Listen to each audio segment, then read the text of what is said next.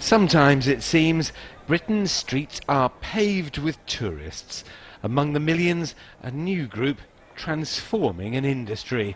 Travellers from China, now exceeding 100 million a year, intent on extreme shopping in places like this.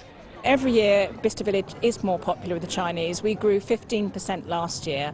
We have over 10,000 coaches of Chinese tourists every year, and we'll probably see a lot more this year. Bicester Village is secretive about how much it makes from Chinese shoppers, but they're big spenders.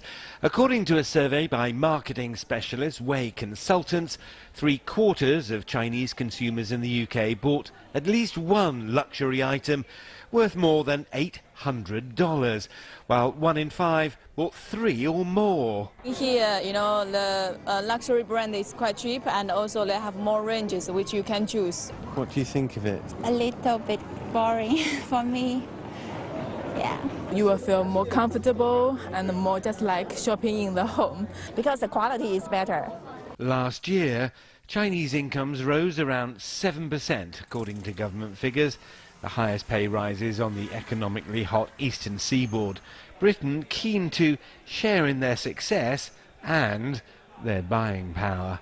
We can measure it, if you like, through the celebration of Chinese New Year. It's an interesting but lesser-known fact. In America, during Thanksgiving, they spend $50 million in terms of restaurants and bookings for Thanksgiving. The figure for China and Chinese New Year is $100 billion.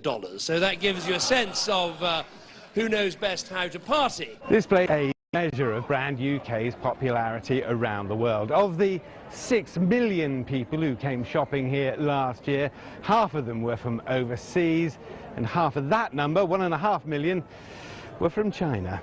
The UK government, aware it was losing out to the tune of around $1.5 billion in Chinese spending, recently loosened its visa regulations.